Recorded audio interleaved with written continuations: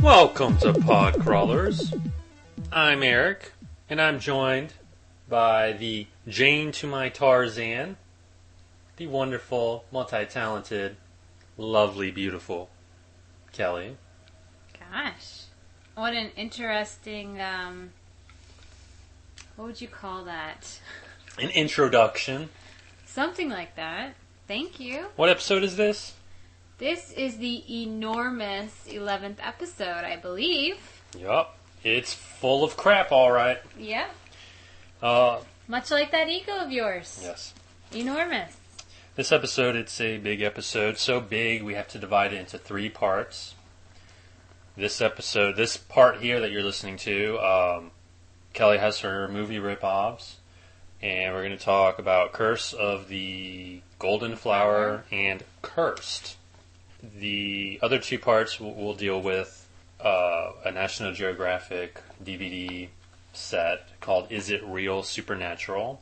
And we'll give our thoughts on that and the supernatural topics they discuss. And the other part of this episode will be Buffy The Vampire Slayer Season 8 comic book talk. And we'll, chances are, talk about, the Buffy series and Angel, so... It's big. Each part is going to be the length of a regular episode, if not longer, I think. We'll see. We got a lot to talk about. I don't know about that, but we'll see. Yes. If I could take a moment. Okay. If I can get serious. Go ahead.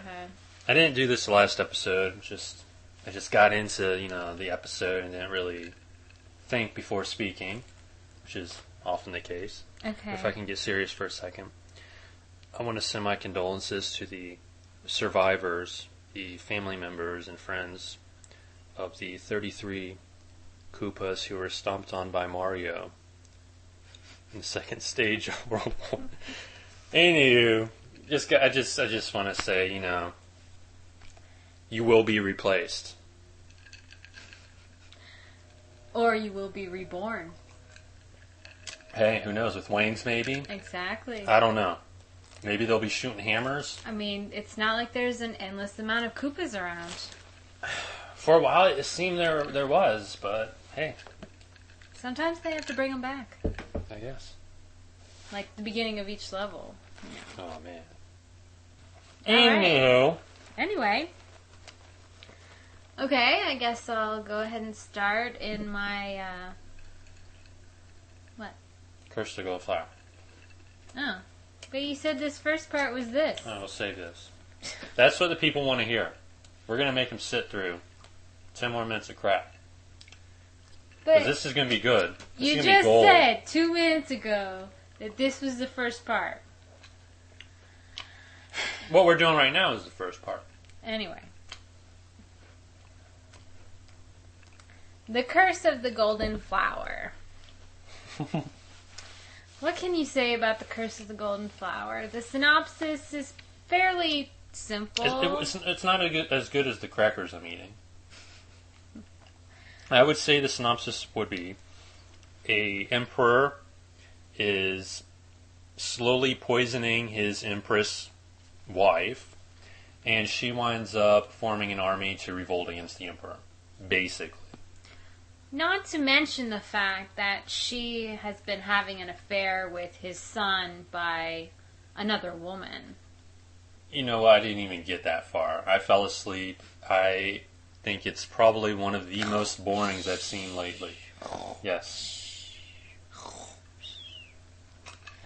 Definitely a boring movie. I actually stayed awake for the whole thing. And I'm sorry. In a way, I'm glad that I did. Because it's not that it was a terrible movie. It was just too long. Mm-hmm. And kind of predictable. Right. I mean... It seemed like it was... The screenplay was something that is automatically generated from one of those screenwriting computer programs, where you just plug in the character names, and it just seemed, just cookie cutter. Yeah, and kind of plug in the area that you want it to take place. Exactly. The century, the country, everything. Mm-hmm. And I'm not saying it was terrible, because it wasn't. To me, it wasn't, at least. Right. And I did stay awake through the whole thing, so it's not like I fell asleep and I'm just saying, hey, it was cool or whatever. The beginning was very drawn out, kind of boring. I'm not surprised that Eric fell asleep at all. But once they got into a little bit of the fighting, even though it was obviously staged and, kind of very heavily one-sided, they had some pretty cool scenes. I was explaining to Eric after the movie was over what he missed, and there were some kind of neat ninja type scenes. Not so much typical of most of the cliches that we've been seeing lately. It was kind of interesting. But is it interesting enough to recommend? Not necessarily, no. I mean, if you're into movies like that... The big historical Chinese epics. Yeah, an epic where really nothing much gets resolved, then, hey, I don't see why this would be any better or any worse than any other Asian epics like that. But if you just want to see it because it's Asian, or if you just want to see it because you think there will be a lot of cool scenes in it, I would go see something else. Or rent something else, I should say. Like Cursed. Oh, God. No, I would not rent that. Cursed is a movie that should have worked, I think. It's a werewolf movie, which in itself, werewolf movies are, you've got basically one plot. This is, by the way, the Christina Ricci Curse. Oh, God. I'm sure there are other movies by that same title. Right. So just, not to confuse anybody out there. This was written by Kevin Williamson, who... Of Dawson's Creek fame. And Scream fame, and I Know What You Did Last Summer, and among other things. He wrote the screenplay, and this movie was directed by Wes Craven. And no I don't comment. even need to go in there. Yeah. No comment. So this movie should have been decent. Should have been? I could only watch the first half hour, and that's it. I left the rest to you. You want to talk about a cliched movie and a predictable movie. This is it. That's all I have to say about Cursed. Because, I didn't watch all of it. It's predictable. The acting, not so much. Christina Ricci trying to play a normal human being doesn't quite work with her egg face, okay? Well, before we get into the fact that you couldn't even watch any more of it, just a little synopsis. It's basically based around two main characters, Christina Ricci and her brother, younger brother. And they, unfortunately, have lost their parents. Of course. I mean, it's Meaning not a the recent... parents have died. They're not, lost at the mall. Or lost in the underwater world. Okay. Sleep. Anyway... it's not a recent thing. It's not like it happens at the beginning of the movie. When you come into the movie, they've been on their own for, I assume, quite some time, because it doesn't seem like they're finding it hard to cope or anything like that. And she must obviously have a plum job if she can keep up the house payments or whatever. Well, then again, the parents died, so the insurance money. Yeah, but she did work for television. She worked for the Craig Kilborn show. Right. I think it was Craig Kilborn, wasn't it? Anyway, so yeah, she has this quote-unquote primo job, and she has a boyfriend played by Joshua Jackson. Yeah, Kevin Williamson, Joshua Jackson, where have we heard that before? Come on, seriously. I know, it's like they have hard-ons for each other. No, not even that. It's just like, get other people. Well, you know, if you work with a certain group for so long. Yeah, but I don't see Katie Holmes starring in Kevin Williamson movies. See, Katie Holmes is a big Hollywood actress. She's a force to be reckoned with. Okay. No, she is a prisoner of Tom Cruise, and everybody thinks she's an A-list actress because she married the fruitcake. Werewolves. Yeah. Basically, that's what Curse is about. I just summed it up for you. That's the synopsis. And we have some primo supporting roles. Oh, God. By Maya. Who? And Shannon Elizabeth. Who? Who, by the way, both die in the first 20 minutes of the movie. They wanted it to be something deep, I think, but it just didn't work. Well, their first mistake was casting Maya and Shannon Elizabeth in the movie. Well, that's why they're only in it for 20 minutes. No, I think the first mistake was casting Christina Ricci in the movie. Their first mistake was making the movie. First mistake was Wes Craven directing the movie. First mistake was Kevin Williamson writing the movie. Alright, yeah, there's not much to say about the Curse. two sucky movies this time. I mean, of the two, I would prefer Curse of the Golden Flower myself. Yeah, but it's easy to fall asleep to. Okay. Alright. Well, since it is your show, why don't you decide what we're doing next? Oh, we're finishing this cracker. Don't you have some DVD ripoffs? Well, not DVD ripoffs, movie ripoffs. I have split this up into two basic categories. This is July and August, the films that are going to be released in theater. And basically what I did was I printed off both July and August from Internet Movie Database. And it includes, you know, all the information about the movie, when it comes out, the plot, blah, blah, blah.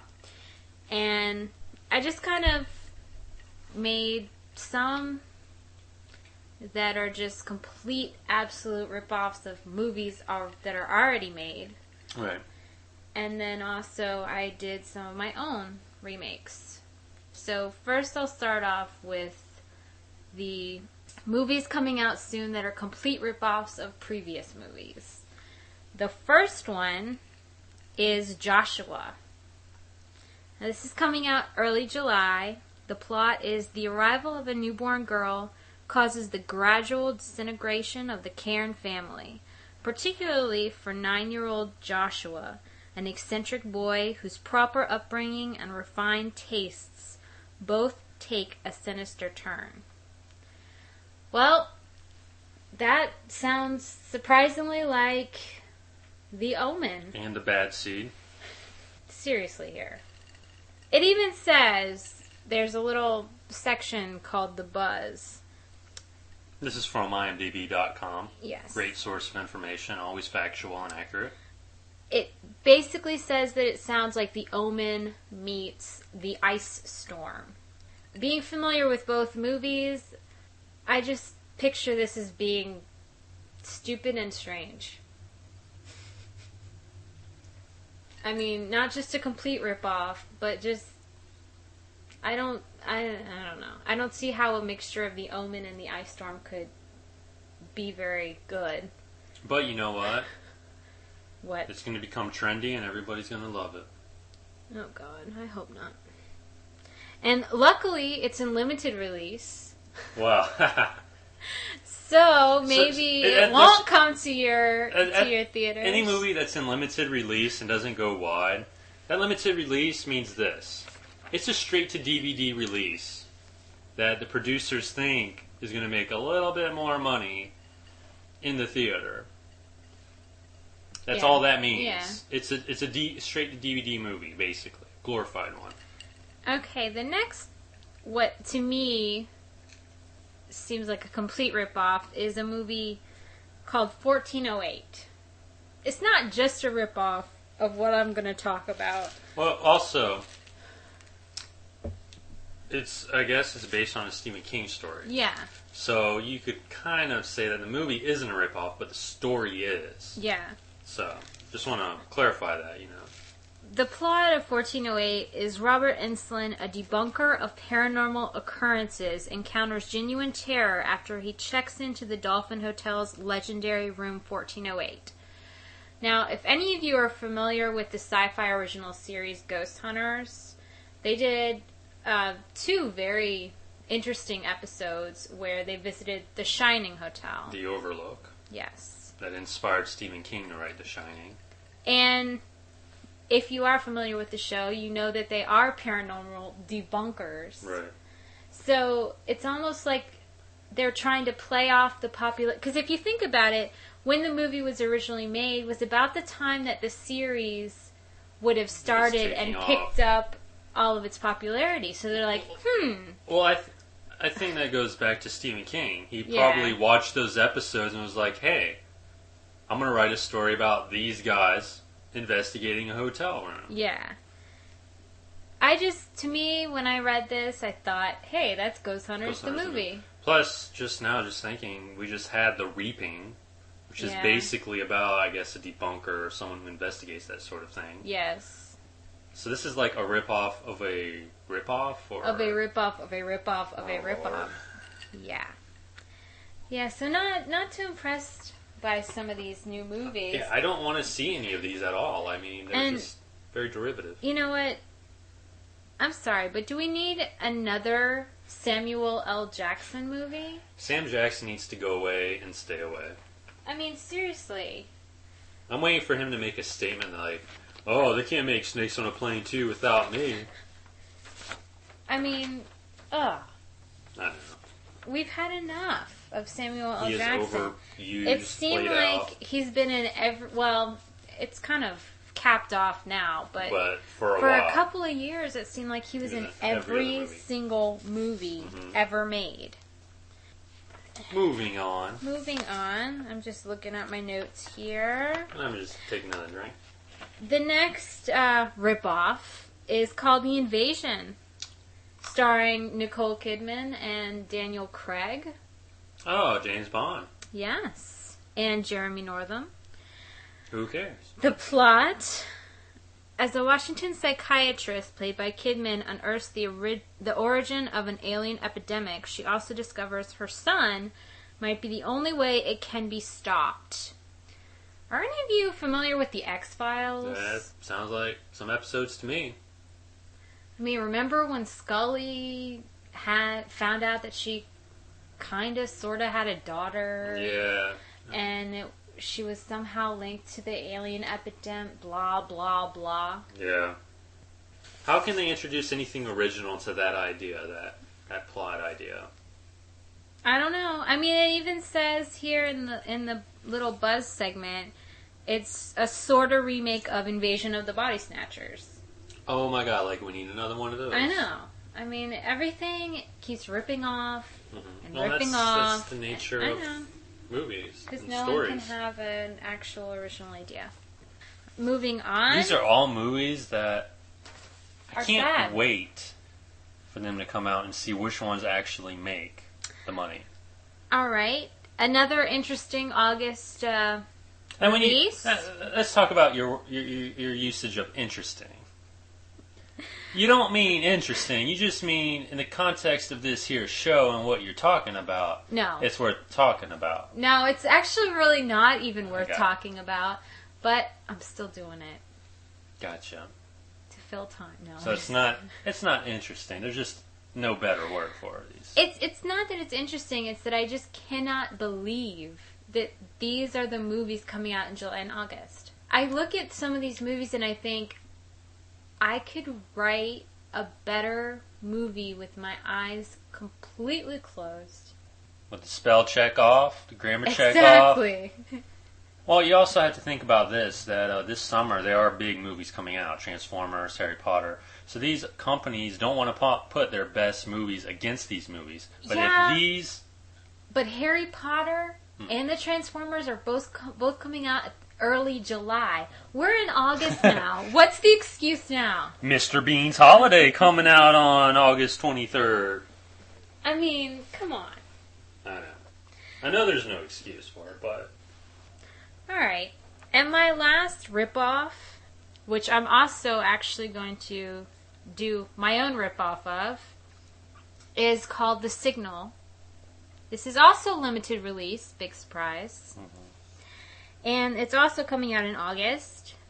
The plot is a horror film told in 3 parts from 3 different perspectives, in which a mysterious transmission which invades every cell phone, radio, and TV is turning people into killers. Now, you know what? That makes me think of Halloween 3, Season of the Witch. Yeah. In a way. Not only that, but Pulse, to a degree. The Stephen King novel, Cell, which is basically about that. It's, probably at the time it was conceived, it seemed like an original idea.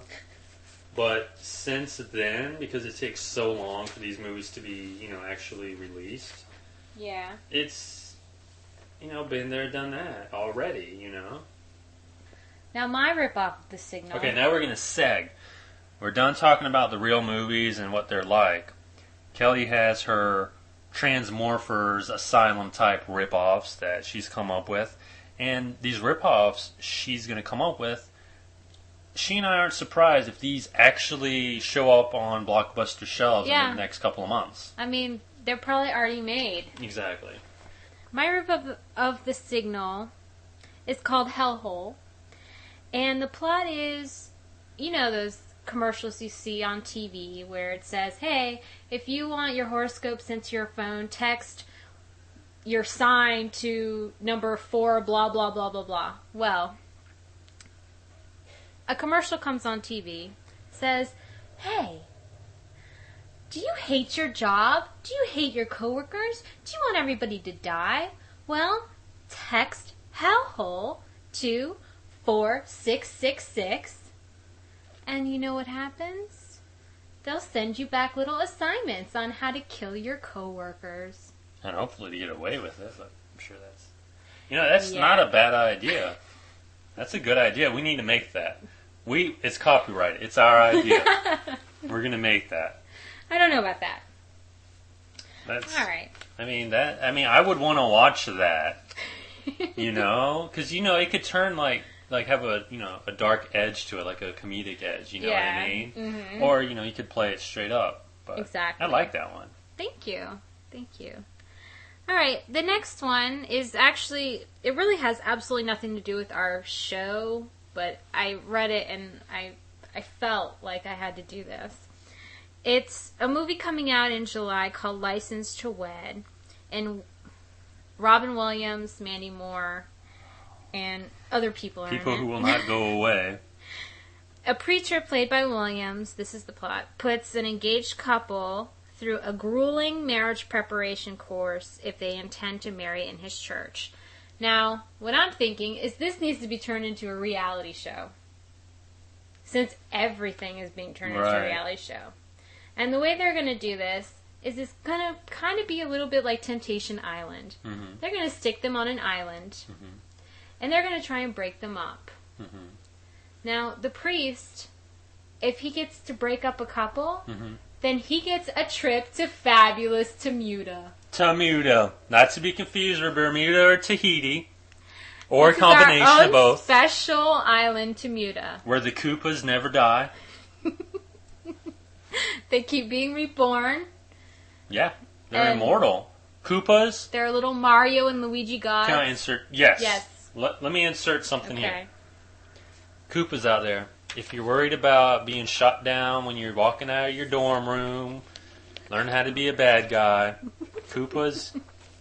I got one word for you. Bermuda.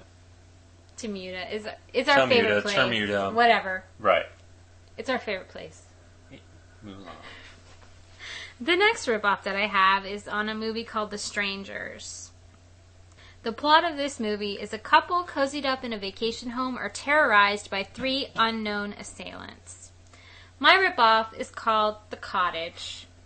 A group of friends, after college graduation, of course, cozy up in a cottage in the woods, just to kind of kick back and celebrate, and are terrorized by 3 unknown entities. Probably Mormons. Who knows? It's possible. Hey. But you know what? I think that's been made before. I know. And again, I know. But it will be. It'll be made over and over and over. And my last movie ripoff, which personally... Kelly would not let me see this in the pre-show little... I mean, it's not like it's anything special, but I personally like what I did with this one. Okay. This one is coming out July 27th. It's called Skinwalkers. Another werewolf movie. Oh, Big surprise. The plot. A 12-year-old boy is targeted by 2 werewolf packs in the midst of a brutal civil war. Some want him dead, others want him safe, and it's up to his mother to figure out why. Before I even get to my ripoff, that sounds really stupid. Yeah. I mean, seriously. It's like they try... Some want him dead. Some want him alive. And his mother has to figure out why. And his mother just wants him home by 6 for dinner.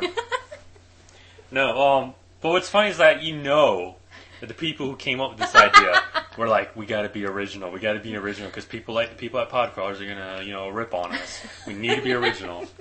They tried a little too hard. Okay. Your ripoff. My ripoff is called Moonwalkers. The plot. A 12-year-old boy is targeted by a scary man with a silver glove.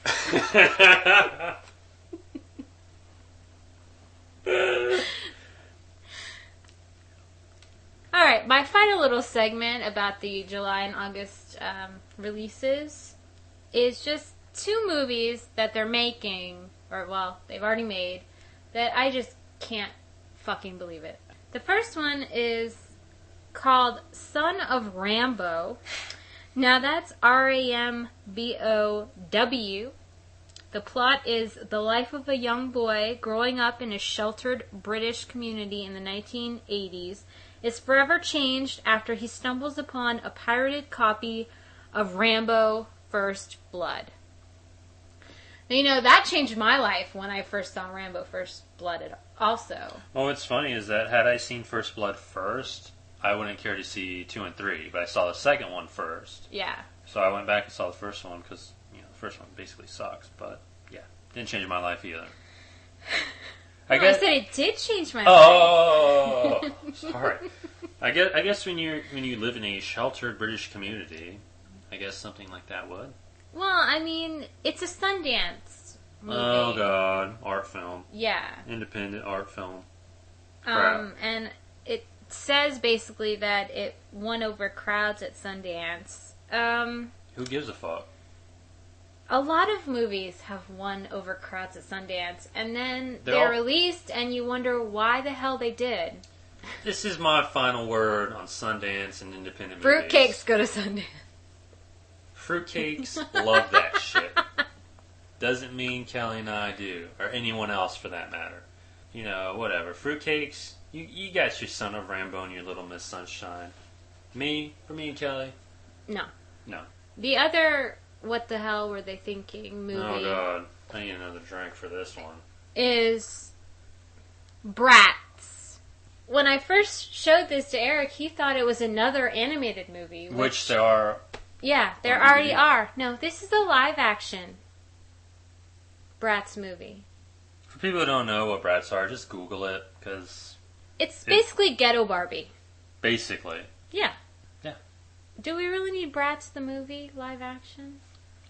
Well, this is for the kids. And did I mention that it stars Paula Abdul? Straight up, tell me this isn't true. Just tell me. And on that note, I don't know if I can do part 2 or part 3 of this here episode.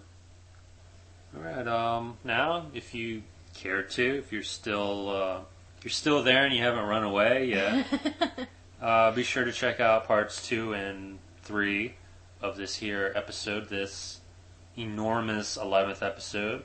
No real reason to have an enormous 11th episode. I mean, it's not a milestone or anything. It's just we got a lot to talk about, and just the way it is. It's our show, damn it. Yeah, that's right. All right.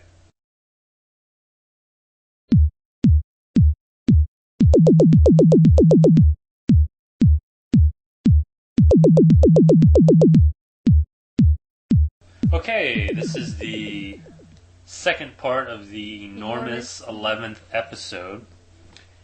In this here part, what are we going to talk about?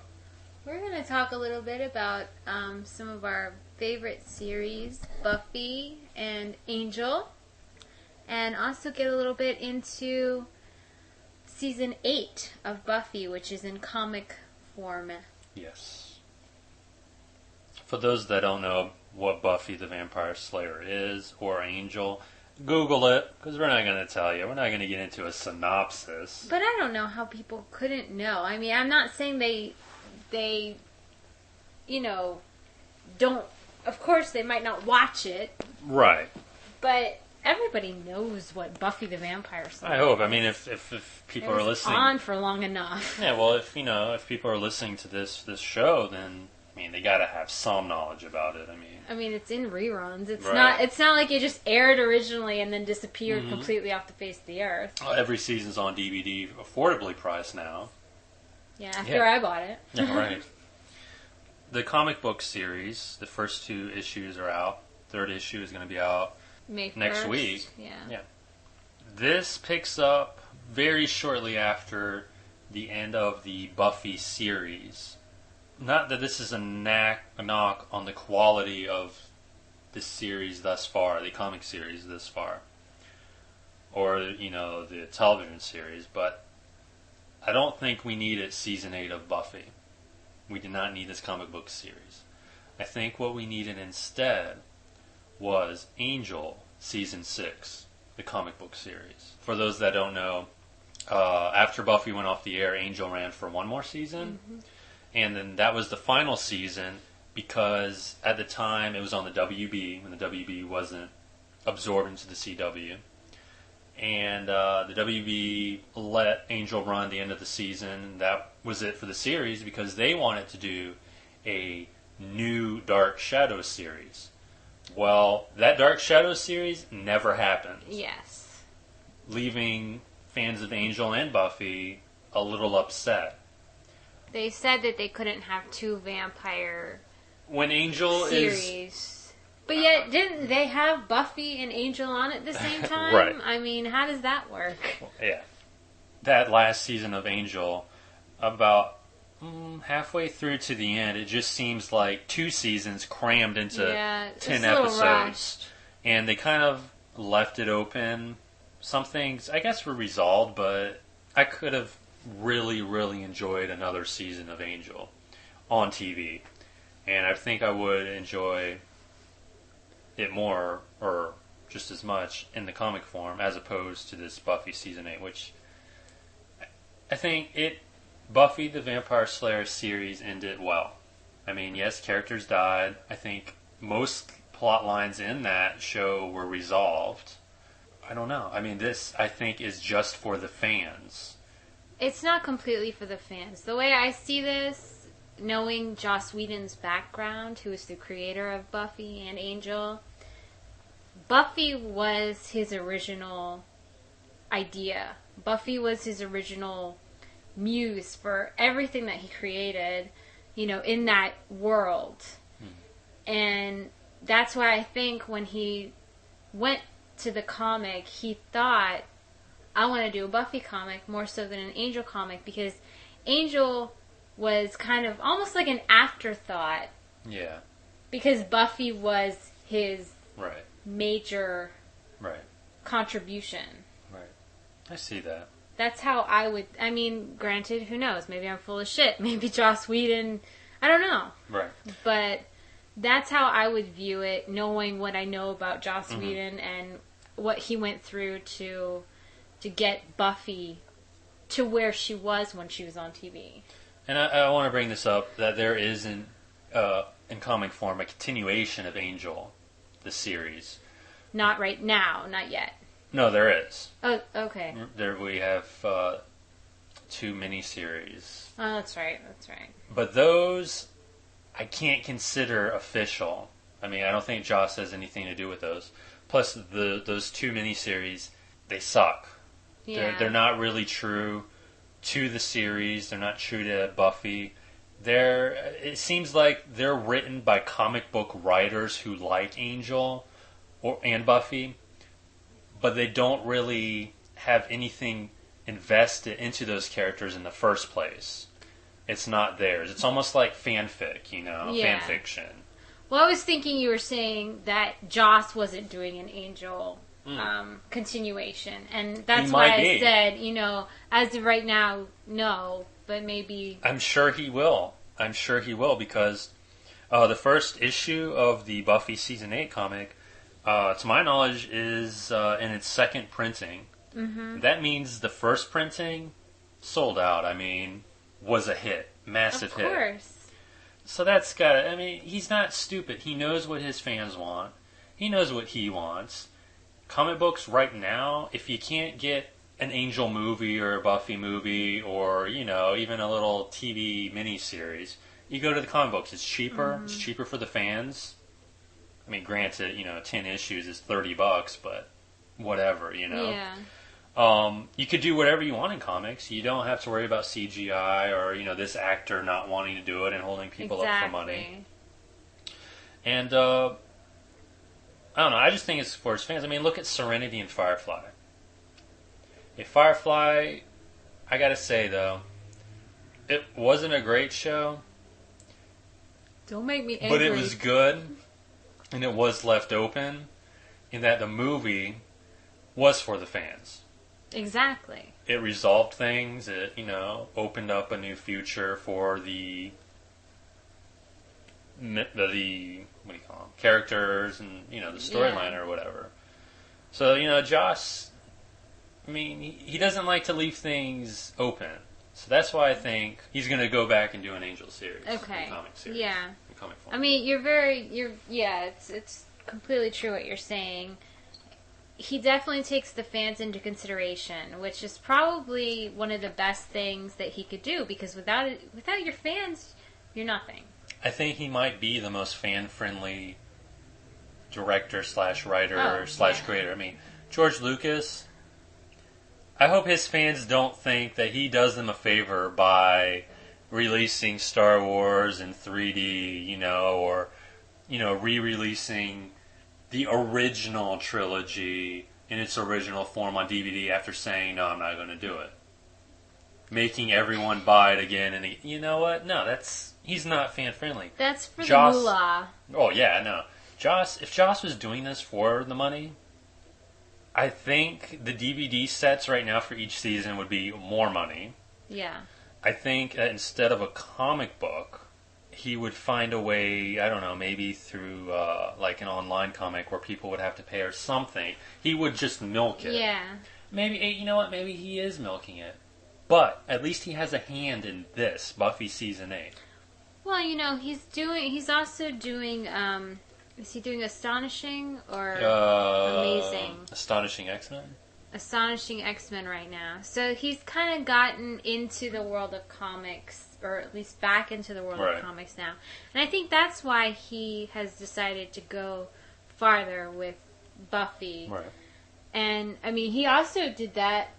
There's a Serenity. Yeah, but I don't know if he wrote it. Yeah, true. But I think some of the co-creators or the co-producers, or the co-something, they were involved. I don't know. Anywho, not enough. Whatever that was we were talking about. Let's get on to the... kissing Joss Whedon's ass. I mean, I'm not going to kiss his ass. I'm just going to say I'm glad that he's doing this, even though it's really not needed. Other things are needed instead. But it's kind of nice knowing that... But I think the reason why he's doing it is because Buffy was such a beloved character. Right. And that's it. I like the supporting cast myself, but... Well... But he's showing, even in the comic format, It's not all about Buffy. Right. Oh, yeah. Just like the show. Right. The show wasn't all about Buffy. I mean, it was mainly, but... Well, what's the name of the show? Yeah, the supporting cast plays a huge role in making each episode, or each part, as it may, what they are. Buffy, Season 8, Issue number 1, kicks off I don't know how many parts this storyline is, but it kicks off this storyline called The Long Way Home. And, it takes place shortly after the end of Season 7 of Buffy, which, spoiler alert, let's just talk about that real quick. Okay.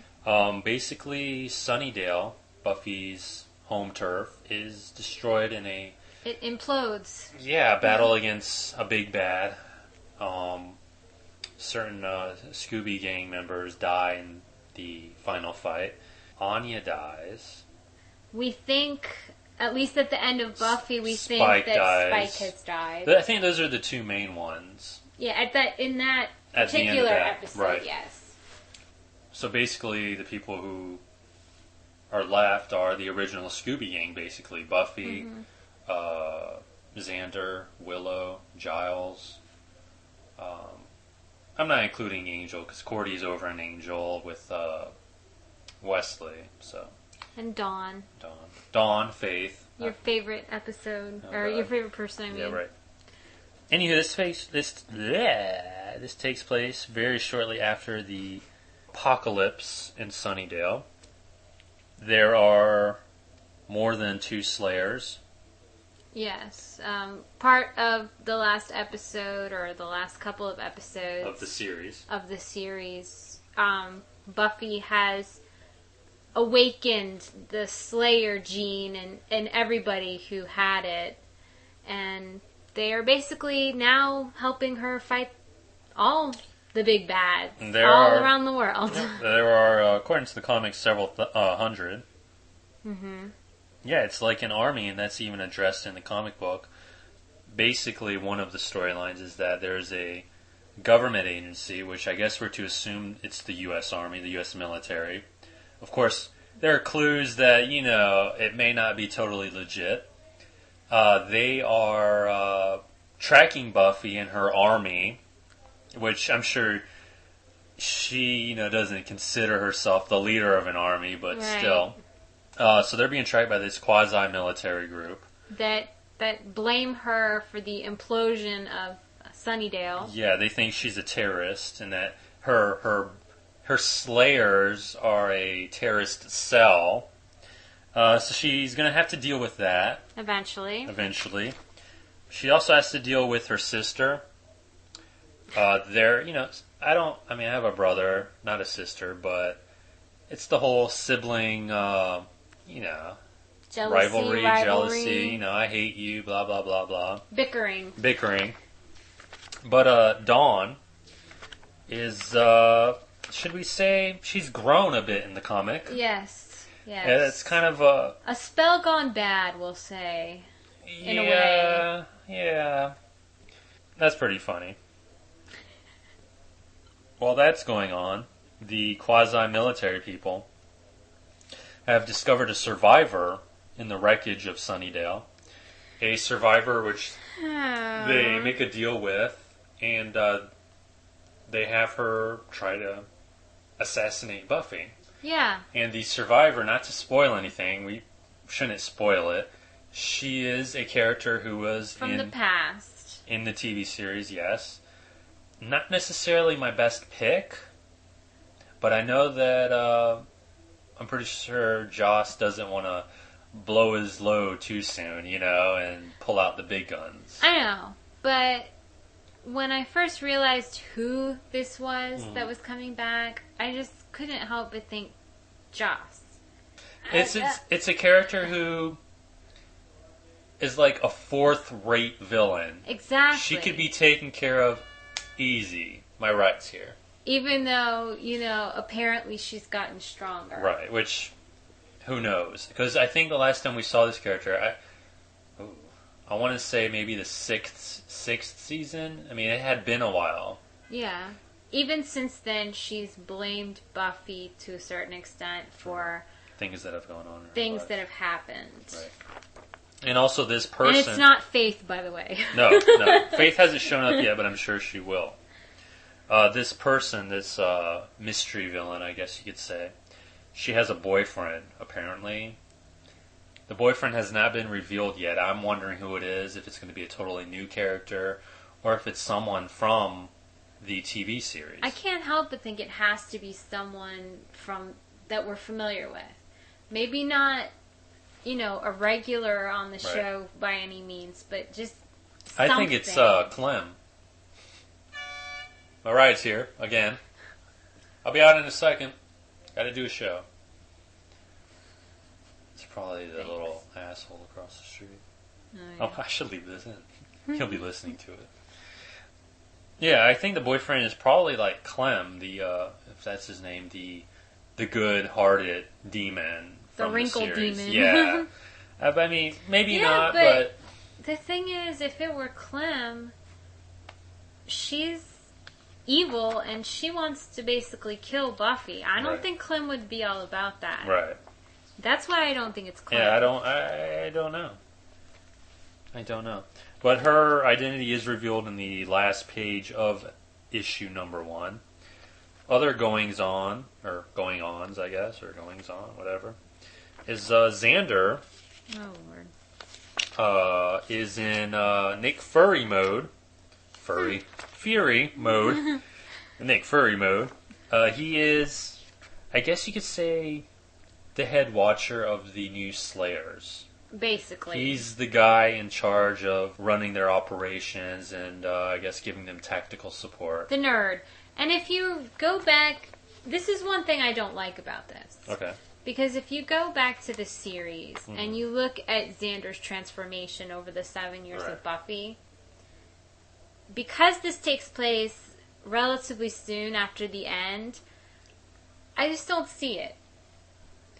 He's a little bit too bumbling moron still. Well, actually, I think he's too assertive in this. That's what I mean. In this, it's like a different character. Right. Yeah, and especially at the end of the series, the TV series, I mean, Anya, who he had a thing with. But they had broken up. But he still had feelings for her. I mean, it just seemed kind of... I mean, she died in this big battle, and I think he was wounded fairly seriously. I mean, I don't know how much time takes place between this and the end of the series. There's some demon fighting action in this issue, this series thus far. That's another subplot. Well, kind of ties in with the quasi-military thing. There's a symbol that is, I guess, etched or something, in the chest of a demon victim, or so we think he's a demon victim. And that symbol is also on the chest of the military leader general of the guy. Military so faction that is after. Definitely some conspiracy stuff going on here. Issue 2, we find out what Giles is up to, kind of. Yeah. He's basically a babysitter of Slayers. Basically. Like he always was. He really hasn't changed. Yeah, he really hasn't done much in the comic series thus far, but I'm sure that'll change. We also find out, we kind of knew what happened to Andrew. Oh, God. He basically became a watcher, basically. He became Wesley. To me, he became Wesley. Right. Basically, he's a nerd. And he continues to be a nerd. This issue 2 made me laugh because he talks about a certain movie trilogy that we've already spoken of in this episode. Yes, and he just goes on, and you know what? It's hilarious, I think. It's pretty funny. We also find a little bit about Buffy and the not Buffys. Yes, not to spoil anything, but it sort of clears something up that's introduced in the final season of Angel in one of the final episodes as to her relationship with a character called the Immortal. That's done in the first issue, like a caption. and it just clears all that up, and it just makes me smile because it's great. Issue number 2, I mean, it develops the plot further, and we find out that the General, has the cult marking on his chest. Don't know what that's about yet, but I'm sure we'll find out. Something scared me in issue number 2. Oh, Lord. Yeah. Buffy and Xander are in their mountain castle hideaway, the Slayer's headquarters, I guess. And they're walking down the hallway talking about Dawn. And Buffy tells him, I'm tired. You're going to quit talking and come to bed with me? That was the point. Oh, God. Where I hoped that Joss would not go there. Yeah. If anything, they're like brother and sister. Now they are. Right. Well, we find out, I'm going to spoil it, that all is not what it appears to be, because the mystery villain is now in the castle with them and playing with Buffy's brain and putting her under a spell, I'll say, which may lead to a appearance by a certain tall, dark, and handsome vampire, perhaps. Oh, yeah? You think so? I think so. We'll see. We'll see. Anywho, and the end of issue 2, the first appearance in season 8 of Miss Willow. Miss Willow, who I get the impression is going to be a awesome source of power. It seems to me. She's only in it like barely a page. That she's got skills. Well, she always has. Well, I think now she's like... Let me put it this way. I'm thinking she's the Wolverine of Buffy in terms of kick-ass. Right now, in season 8. She's always been powerful. And, gosh, she almost ended the world several times. That is true. So I don't doubt that she's going to be completely kick-ass.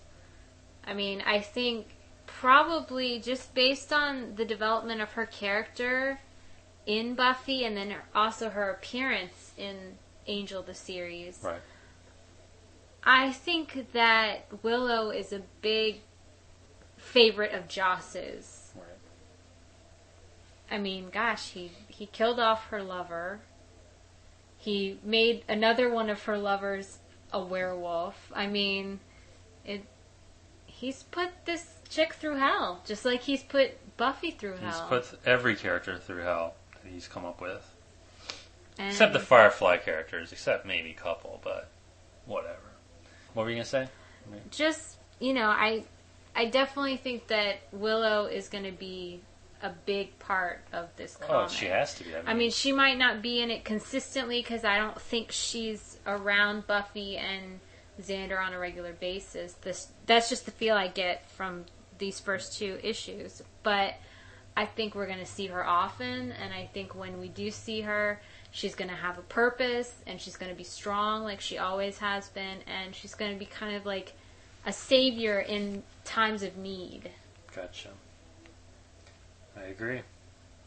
So thus far, 2 issues in, we've caught up with Buffy, caught up with Xander, caught up with Willow, Giles and Andrew, Dawn, definitely Dawn. Still don't know what's up with Faith. Faith does appear in Angel. At this point, I think... I don't think she appeared in the final season of Angel. I don't think so. No, I don't think she did. So we don't know what she's up to now. We don't know what Willow's love interest, Kennedy, what's her name? Yes. What she's up to. She was one of the Slayers. Right. He was the principal of Sunnydale in the final season. Oh, I can't remember his name now. Faith had a thing for him. The guy, the principal, crap. Did he have a female name? Like it could be a name that could go both ways? Morgan or something? I don't remember. Know. Okay, we don't know him. I forgot about him. I don't know. Is there any other Buffy? Oz, we don't know. But he really didn't play. We haven't seen Oz right, in a long but I'm sure time. he'll show up in season 8. I don't know. I think so. Like, maybe for, a little standalone issue, We'll see. The Return of Oz. We'll see. I think we'll see everyone who's ever been in Buffy the series in this. Drusilla, I'm sure we'll see. She's not dead. Darla, I don't think we'll see. Darla's dead. No one ever dies in the Buffyverse. I know, but Darla was pretty dead. And kind of to go back about Angel season 6, if I may. You know what they might do? Joss might do? Is kind of merge Angel with Buffy season 8. I think eventually, I think season 8 is going to be Buffy.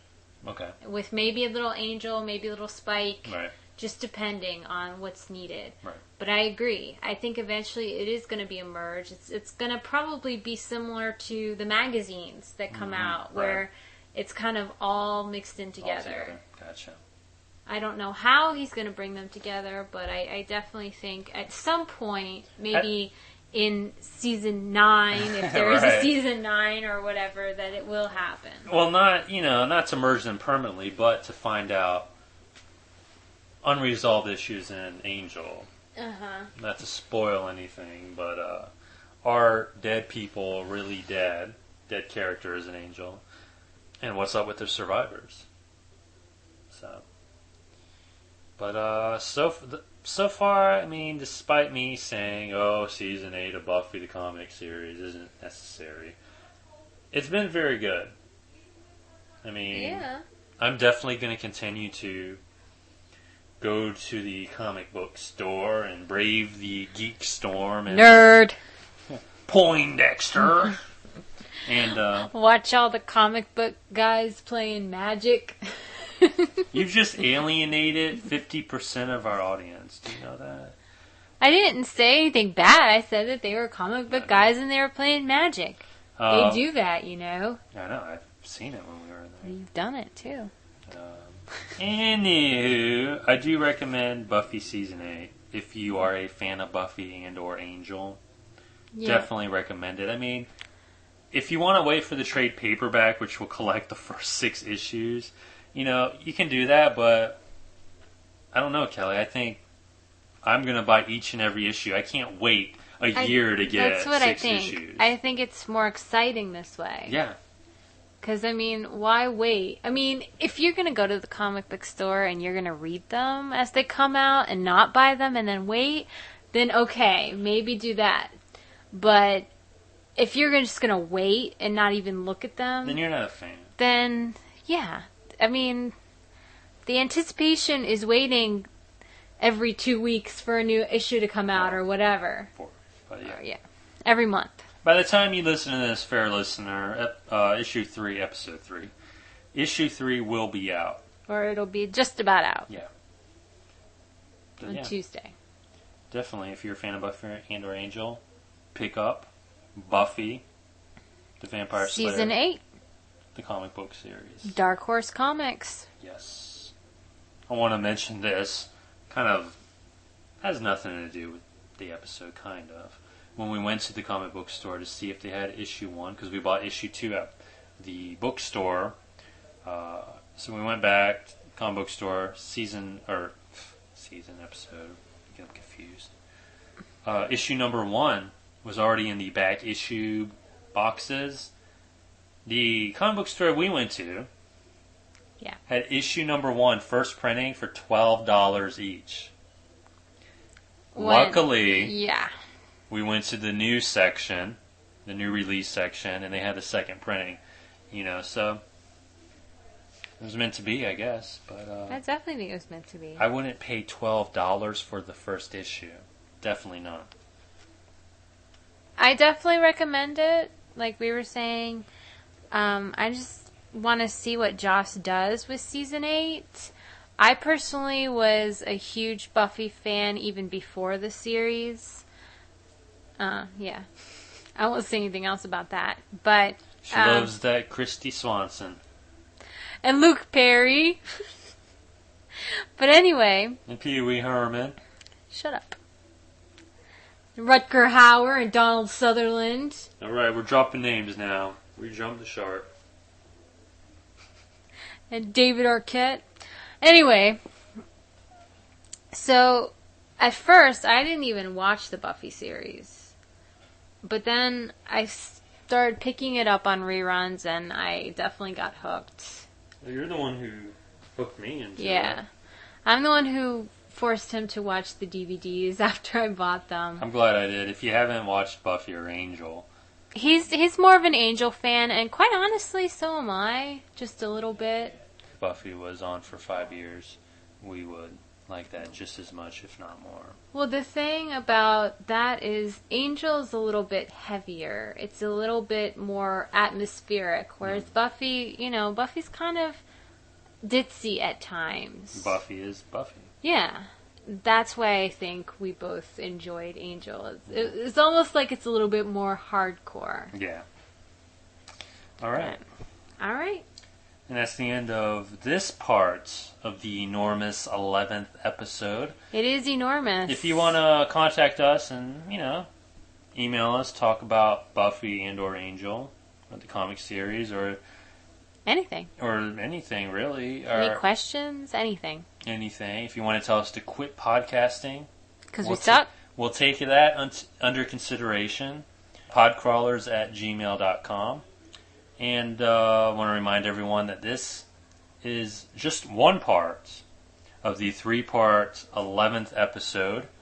If you haven't checked out the other 2 parts, then you must have fallen asleep. Or you're busy shooting Koopas up.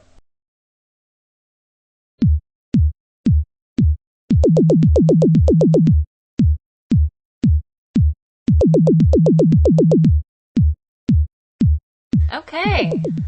Welcome to the part 3. The 3rd part, or if you decide to listen to this after the first part, this would be the 2nd part, or if you listen to this first, this would be the first part for you. Yes, thanks. This is a part of the enormous 11th episode. 11th episode.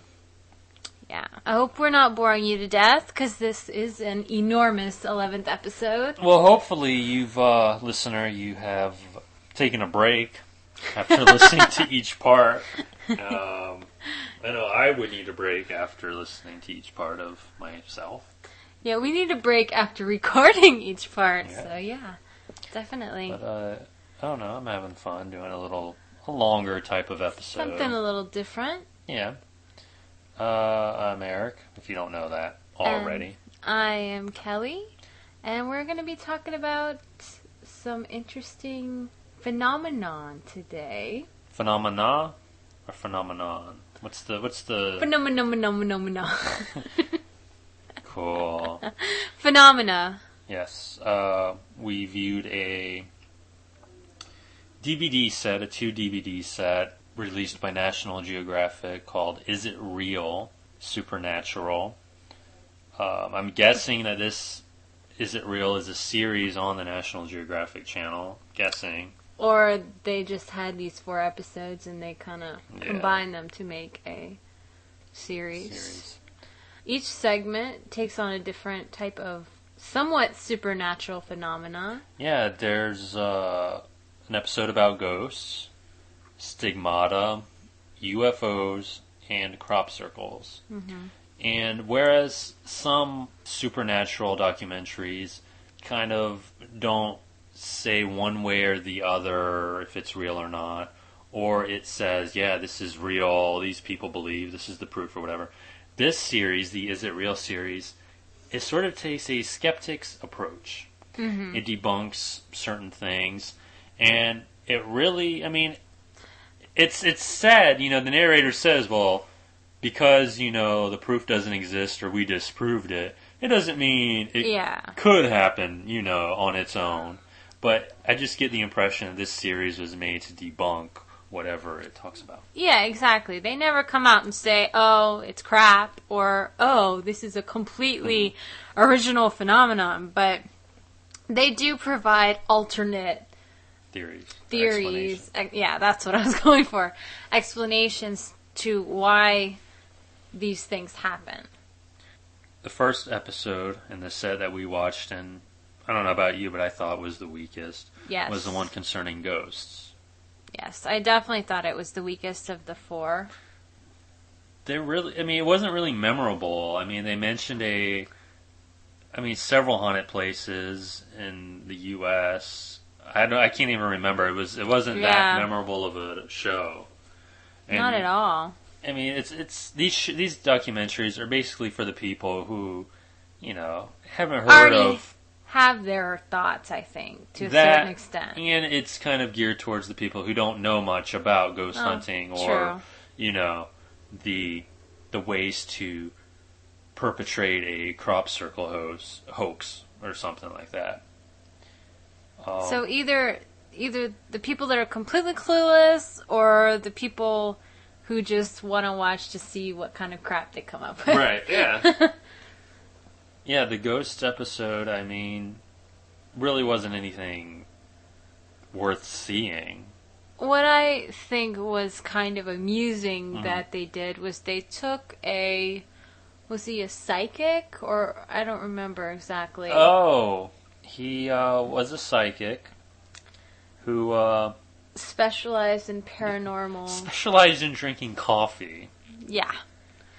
And they set him loose for a realistic paranormal investigation of a haunted house. Yeah, they had him walk through with a camera guy, and the guy, would feel something or get impressions that we find out were totally off the mark. Yeah, he thought that he sensed certain presences, and when it actually came about, when they told us what was supposed to be taking place in the house based on, the accounts of the people that have actually supposedly witnessed these things, they didn't match up. No. Basically. No.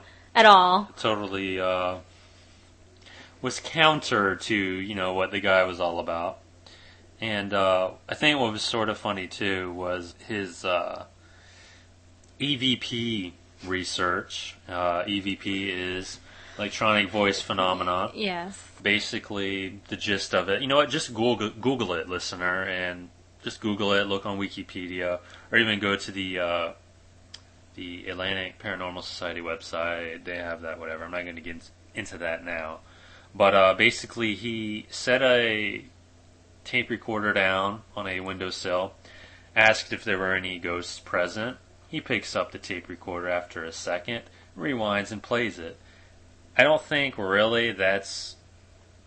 I know there's no right way to do it, but that's really not the smart way to do it. In the middle of an investigation, check your work. It just seemed really, really immature. Let me just put it this way. Eric bought his own digital voice recorder, and we went through the house... Our house, not the house yeah. that was featured. And we pretended like we were looking for EVPs. And I think we did it a little bit more professionally. This is coming from us who, don't script or research our podcast. Yeah, we do. Well, sometimes. Not this time.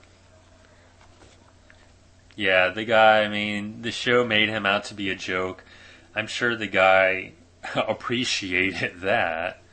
Well, he probably thinks he did a good job. He probably looks at it like, oh, well, just because I came up with things that nobody has ever witnessed doesn't mean that they're not there. Right. And they weren't there. Granted, that is true. But, come on. When you don't even pick up on the main occurrence that is supposedly repetitive within the house. And you're supposed to be a psychic of some level. It's a little, it looks bad for you. Yeah. I would say. Does. And they also go into orbs, which if you don't know what those are, fair listener, just Google it. Basically... no, we're not. We don't work for Google, by the way. No, well, search for it online, whatever. Yahoo it. Orbs are basically in still photographs. It's what it sounds like, an orb of light or something light, which has no other explanation. They're supposed to be produced, their energy produced when a spirit or a supernatural occurrence takes place. Right. But as we've learned from countless episodes of Ghost Hunters... and our own research... usually it's dust or a bug. I don't buy the whole orb theory line of thinking at all. Orbs are dust. Or a flaw in the camera or light. In a confined space, I definitely think the only explanation could be dust. Well, even, out in the open, I mean, there's so many variables to say, oh, wow, that's, Well, that's what I mean. Out in the open, there are more variables. But in a confined, indoor space, I would have to say it would have to be a bug or a glitch in the camera or dust. I mean, yeah. Do you have anything else to add? Not for the ghost episode. Just, again, I think it was the weakest of the four. It was definitely my least favorite of the four. Right. I think in part to that, though, is because we do watch Ghost Hunters and we've watched it from the beginning. So seeing somebody come into a house and, not even trying to turn off the lights in the house when they're doing a paranormal investigation. Yeah, everything was during the daytime. Right. It just seemed... I mean, I know everybody has their different way of doing things, but I guess it just seems like it wasn't serious or something. Right. It was lacking. Right. Before we go any further, I want to kind of state our stance on the supernatural and whatnot. Oh, what is our stance on the supernatural? Oh, my stance is I want to believe. Okay, Mulder. But I only want to believe if there is proof.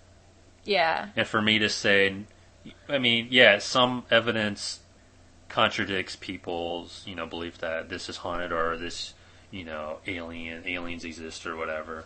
Doesn't mean that there's proof to support it, It's kind of, it could go both ways. But, I don't buy into the whole orb thing or the psychics, feeling a presence in the room. I don't buy into that because there is no concrete proof. Yeah, I mean, people can make educated guesses, and a lot of times that's a way to debunk, people that say that they're psychic. And I'm not saying that there aren't people with, abilities. But maybe their ability is that they just pick up on other things that other people don't notice. Right. I agree. I mean, gosh, I remember watching an episode of Murder, She Wrote where Jessica was giving a class to a bunch of cops. And there was a younger guy and he had just got married. And she told him that he had just gotten married. And he's like... Are you psychic? And she's like, no, you're fiddling with your wedding ring. I mean, there are ways to pick up clues. Right. Yeah. And maybe that's all a psychic is someone who is very perceptive. Not necessarily that they have an extra sensory perception, but maybe they're just perceptive like that. Yeah. Above and beyond. Right. But, I mean, I'm not going to buy into that they can see into other worlds or whatnot. As for ghosts, I like I said, I want to believe, and I tend to believe more in ghosts and spirits and that sort of thing than I do in aliens. I don't know why, maybe because it's more grounded in reality, so to speak. Like it's more, I don't know, down to earth. Like it could be, it's not as easily to disprove a haunting as it is an alien, sighting or whatnot. Maybe I'm an Earth kind of guy. I don't know.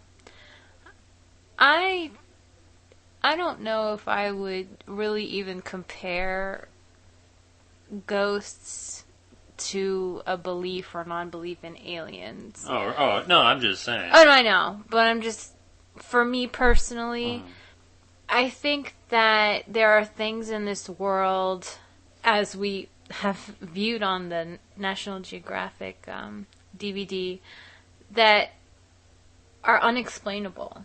Right. whether they be supernatural, terrestrial, whatever, or extraterrestrial. Right.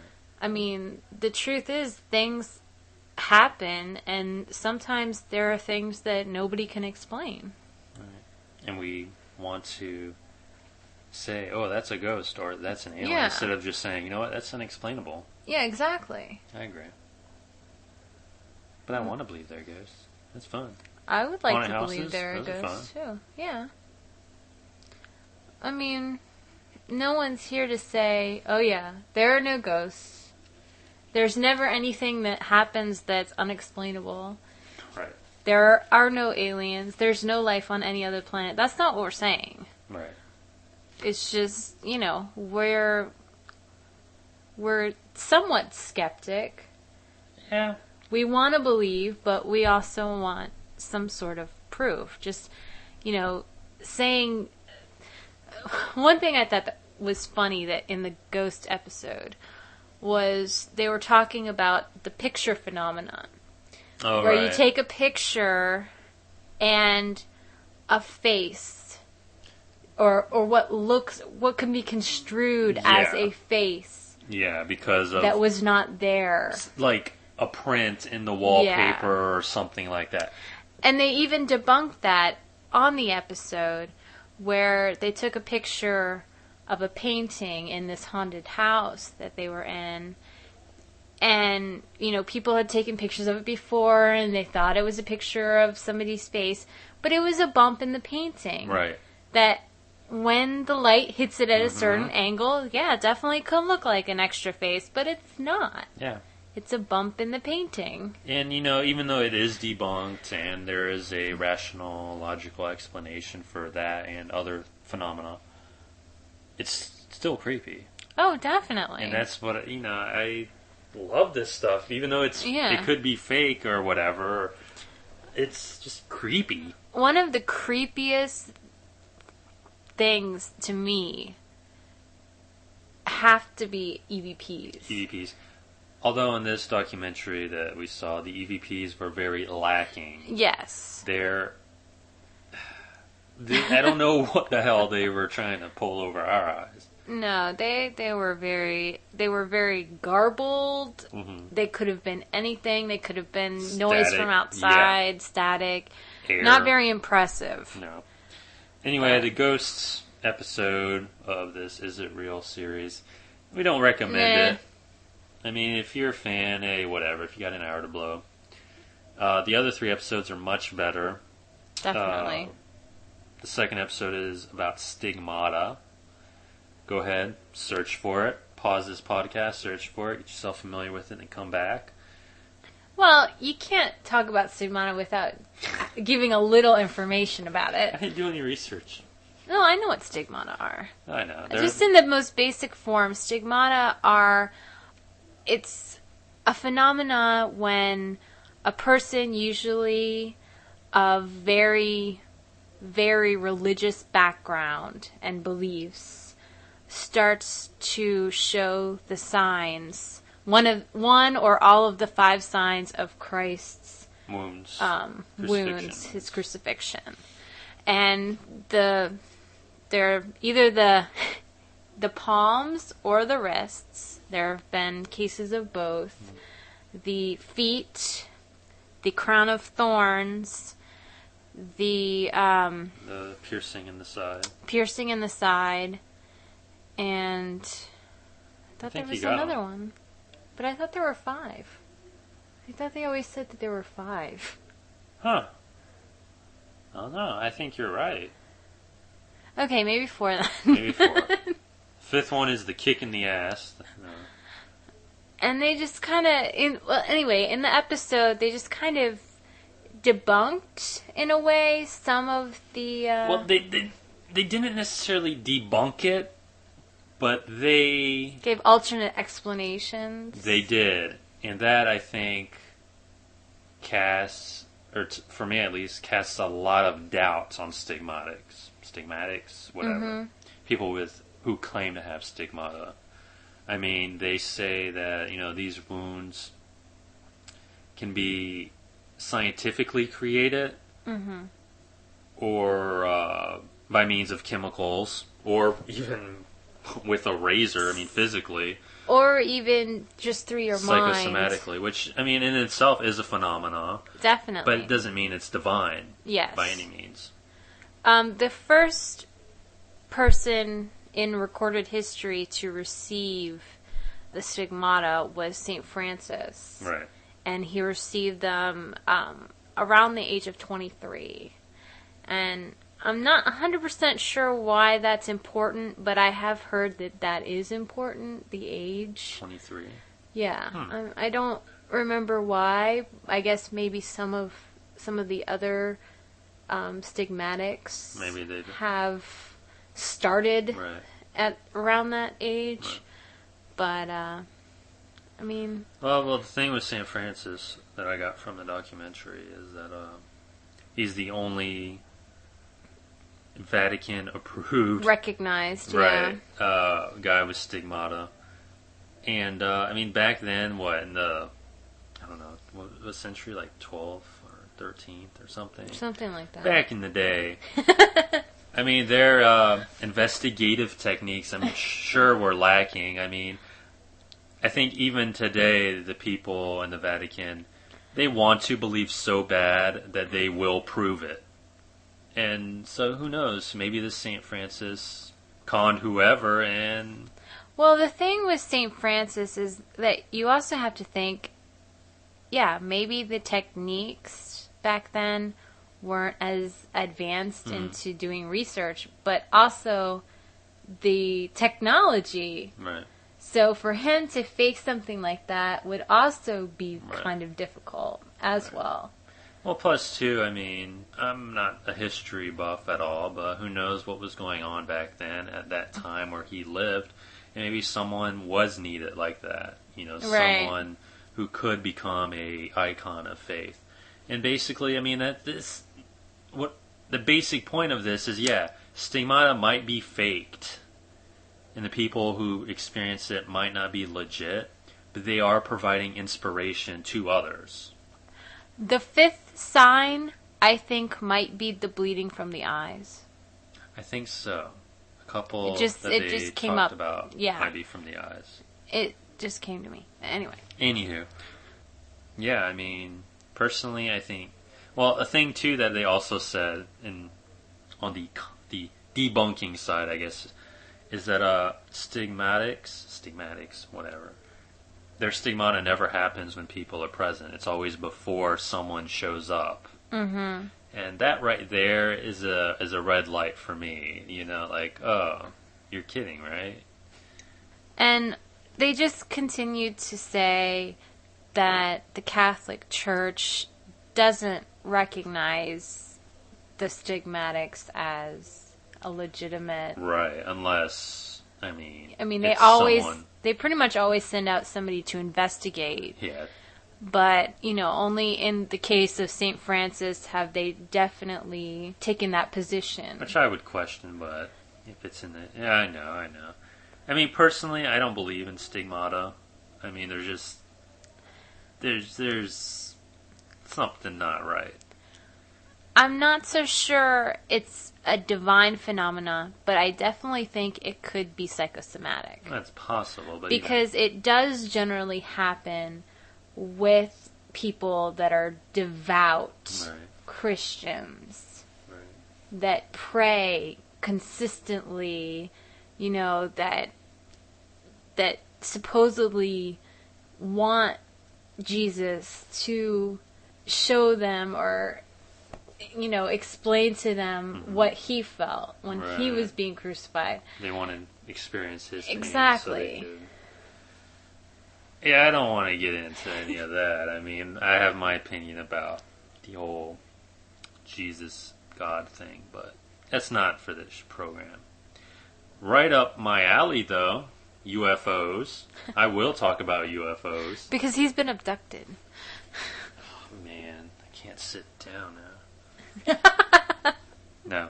UFOs. If you don't know about UFOs, then you must be an alien. I think everyone on this planet, in every culture, there is some kind of UFO mythology. Reference, yeah. Right? And I want to talk about this too. UFOs doesn't mean aliens. Yeah. UFOs is unidentified flying objects. And that's all it is. A plane could be a UFO. That's it's the simplest thing. Right. A bird could be a UFO. Yeah, if you can't identify an object in the sky, it's a UFO. And what sucks is that it's used, interchangeably with aliens. Yeah, the media has portrayed it UFO equals alien spaceship. Yeah. Period. So yes, I do believe in UFOs in the strictest sense of the phrase. Everybody should believe in UFOs. Yeah. Now, everyone. Now, skinny green men with big black eyes. Or gray men. Men. They can be gray. I've heard. And, as soon as I say this, tonight. You're going to be abducted tonight. No, men in black are going to be knocking on the door. But, I'd like to think there is life in the universe, but the way that certain people have testified as to their experiences with the alien folk, I don't know about that. Hey, to each his own. Yeah. This documentary, though, they did do some debunking. They were skeptical, but it seemed to be pretty down the middle. They really didn't go one way or the other. Yeah. And, well, because the truth is that really nobody knows. I mean, maybe the military, if you want to go the whole X-Files, Roswell, whatever route. But we can only believe in what we know. Right. We know there are UFOs because there are unidentified flying objects. They could be experimental aircraft. They could be a freaking bird. But I personally agree with you. I would like to believe that there is some sort of life. Something out there. I would hate to think that shitty Earthlings are the only thing in the universe, because the universe is way too enormous. Not only the universe, but other dimensions. Yeah. I mean, come on. So for people, skeptics, to say, yeah, there are no aliens. There's nothing out there. I mean, granted, I'm not so sure I'd like to ever meet one if they are out there, but... They're Californians. That's what they are. Yes. On the same disc as the UFOs episode is episode about crop circles, which this episode takes great pleasure in debunking crop circles. I believe in crop circles less than I do stigmata. Those that don't know about crop circles, they are designs in wheat fields that have been attributed to aliens or some other unexplained they're unexplained phenomena again. Right. But the original crop circles popped up, and then... In the 70s, I think. Yeah, and then, was it 91, I think? The people who made them came forward and said, no, you guys, we were bullshitting you. Mm-hmm. We made these crop circles. We just wanted to see what would happen. Mm-hmm. We didn't know it was going to turn into some freakish phenomenon. Mm-hmm. And then, just since then, they've evolved. Mm-hmm. There's even a company now that makes crop circles. Yeah, sort of like an advertising company. Yeah. Sort of, yeah. I mean, they definitely proved in the documentary that they could be man-made. Yeah, which I believe 99% of them are. Yes. I mean, they showed, I guess, 3 groups of people making them.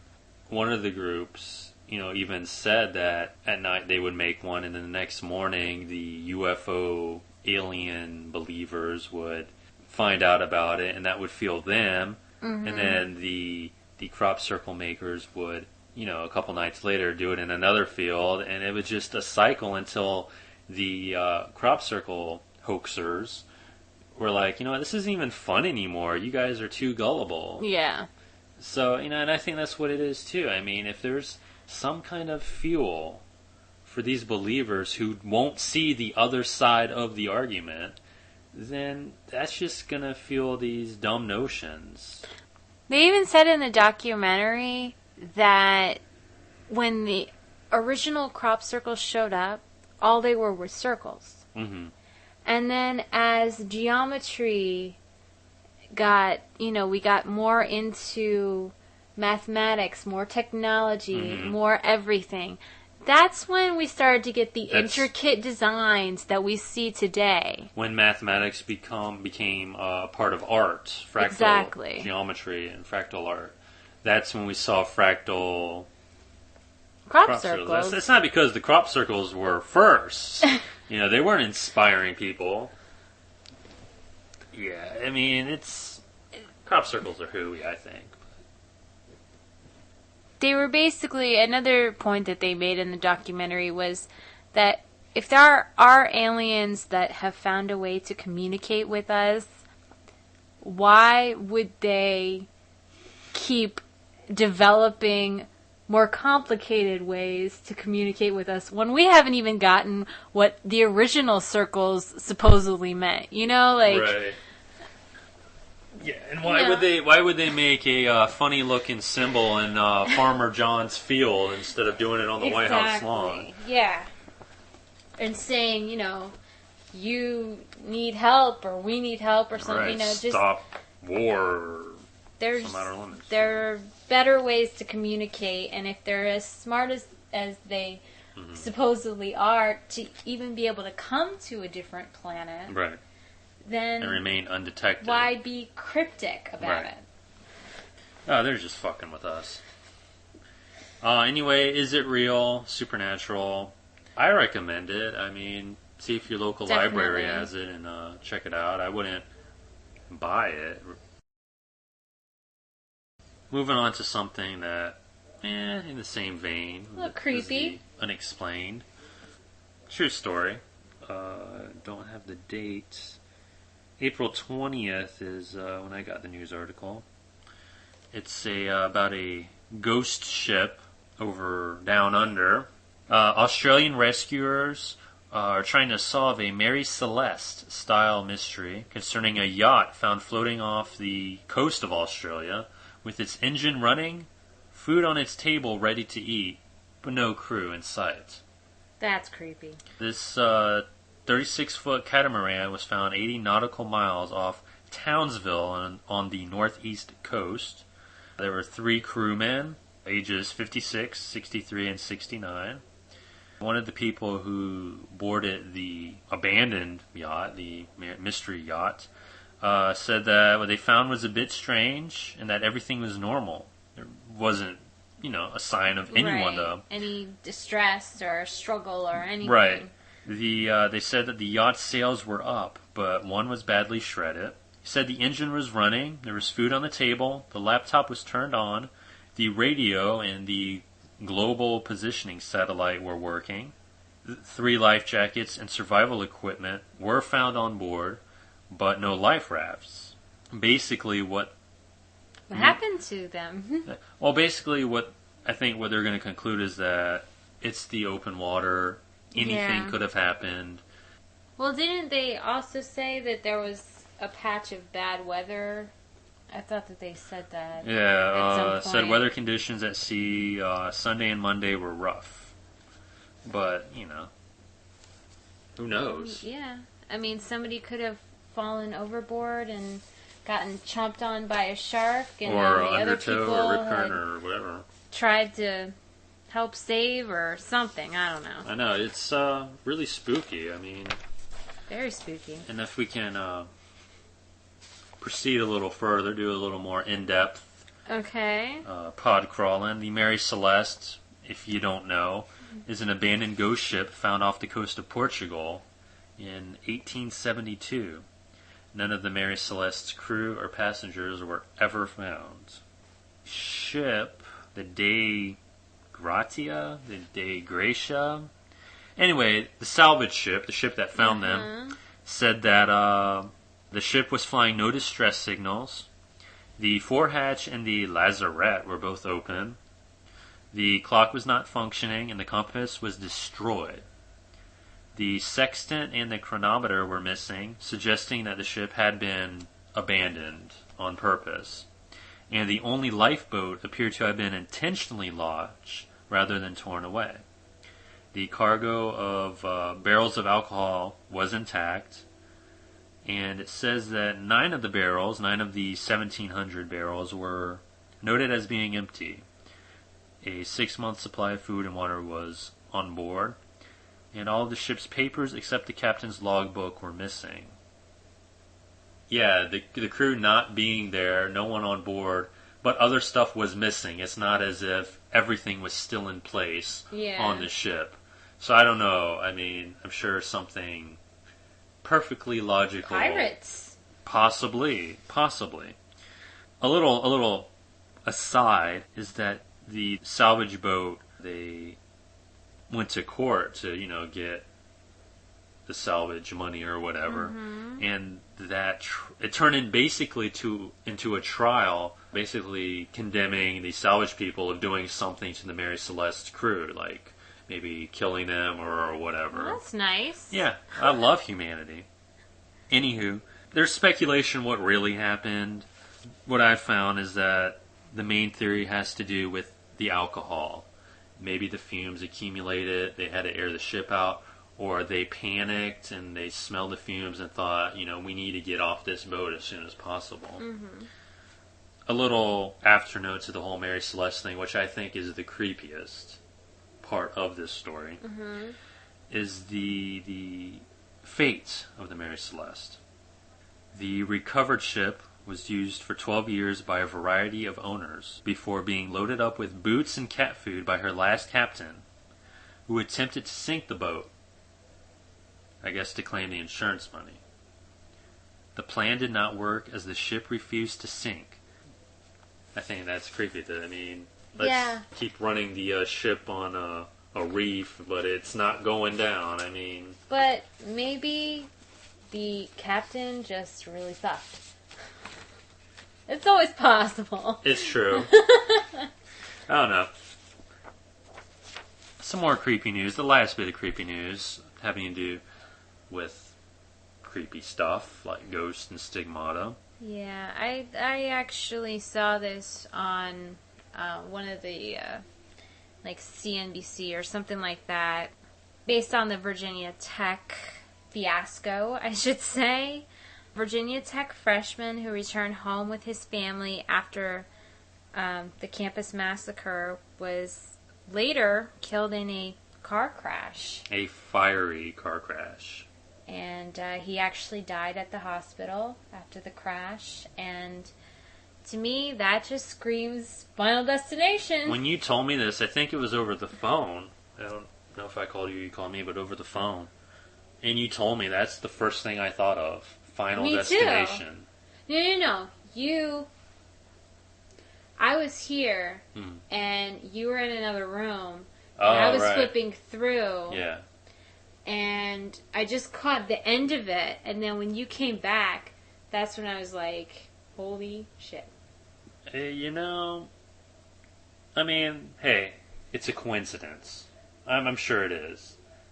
But if you let your mind wander into that realm where anything is possible, and there are no coincidences, that's a hell of a thing.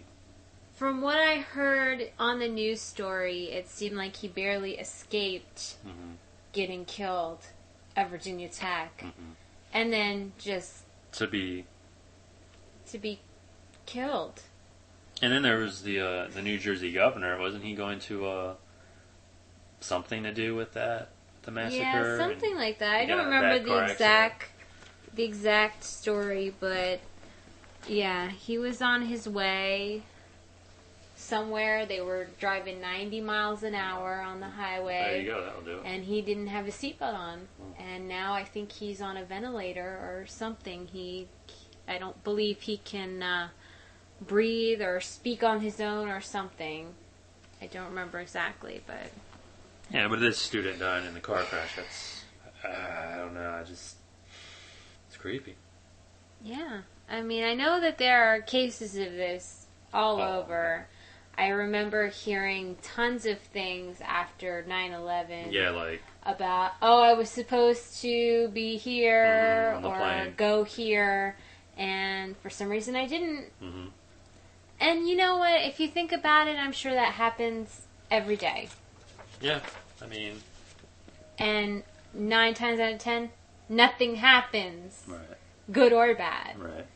But then when something monstrumentally bad Monstrumentally?